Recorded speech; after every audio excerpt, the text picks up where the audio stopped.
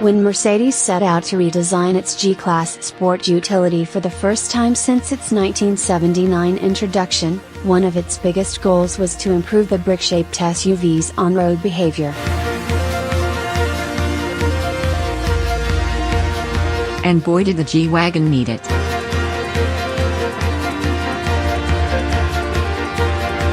The primitive recirculating ball steering is notoriously loose and requires constant correction to maintain a straight line. And let's not even talk about the body roll. Just remember, Mercedes originally envisaged this vehicle for use by farmers and Bundeswehr officers who had terrible terrain to traverse. That it became a favorite of the Cartier and Cristal said was a happy accident. But no matter how modern and civilized the Geländewagen needed to become to satisfy the wall-crawler crowd, Mercedes wanted to ensure the new version satisfied its original purpose as a capable off-roader, perhaps even more so than its predecessor. That mountain goat aptitude is as much a part of the G-Wagon's identity as its squared-off styling. Without it, there would be no reason for the G-Class to exist. To prove that the redesigned G-Wagen is still one of the most capable off-roaders you can buy, Mercedes invited us to the Schachel, the Austrian mountain it uses to test and develop the G-Class. The trails there are rocky and treacherous, far beyond the abilities of the modern-era car-based crossover. Crawling up and down these trails in prototype vehicles, Mercedes professional drivers showed off not only the G-Class new features but also how shockingly capable it is off-road. And although the new version has swapped out its live front axle for an independent front suspension, it quickly became apparent that there isn't much the new G-Wagen can't handle. Perhaps more important, it tackled every obstacle in such a calm, controlled fashion, it almost felt like it wasn't trying.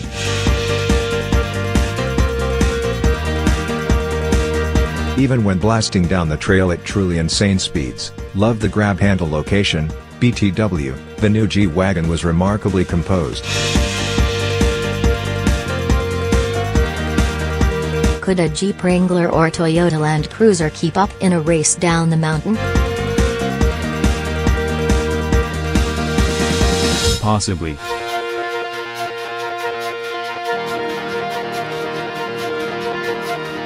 But everyone in the G-Class would be far more comfortable. The body control is seriously impressive. How did Mercedes engineers do it?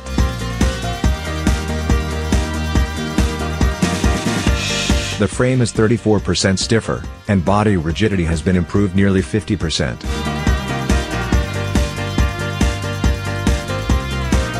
And although the body is only 0.67 inch wider than before, Mercedes found room to widen the track by a whopping 4.4 inches.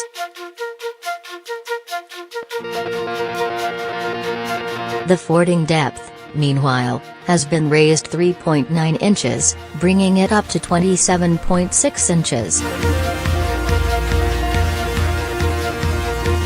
Approach, departure, and breakover angles were all improved by 1 degree, and the tilt angle has been improved to 35 degrees.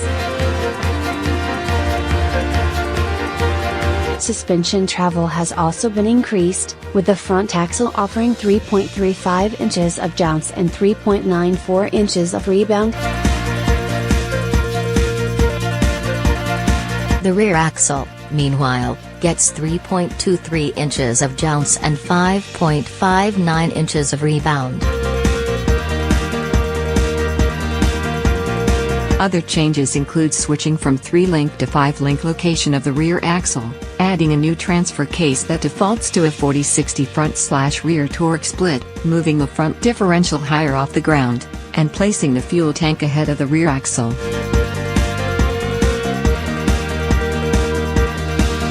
Mercedes also swapped in a new 9-speed transmission. Don't worry.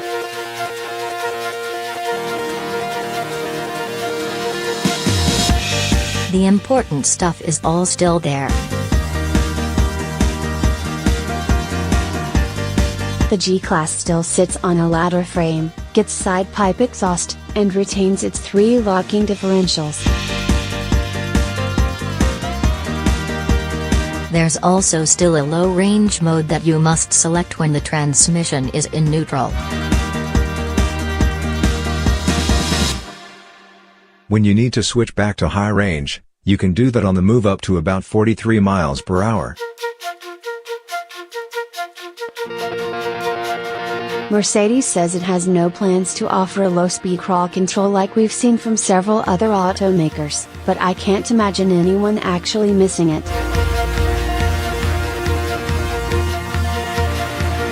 The driver made sure to demonstrate not only how easy the throttle was to modulate but also how much you can rely on engine braking to slow a descent. One surprisingly useful feature, though, is the front-facing camera.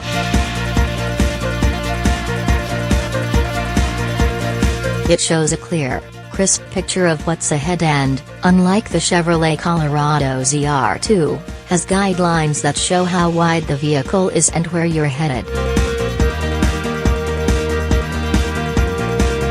There's also a 360-degree view to help you keep an eye on what's next to you.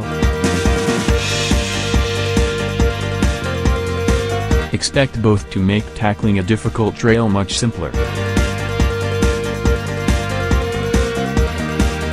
Mercedes also added a new off-road driving mode called G-mode.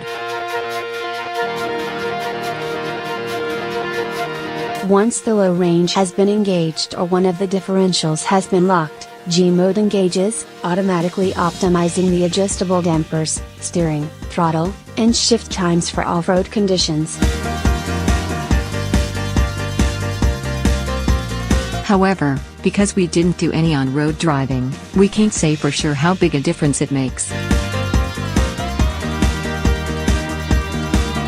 Put it all together, and it's clear that even though the live front axle is gone, the new G-Class hasn't lost a beat. It's still a G-Wagen, it's still an absolute beast off-road, and with improved specs, it should easily outperform the outgoing model. Now we just need to see how it drives on a paved road.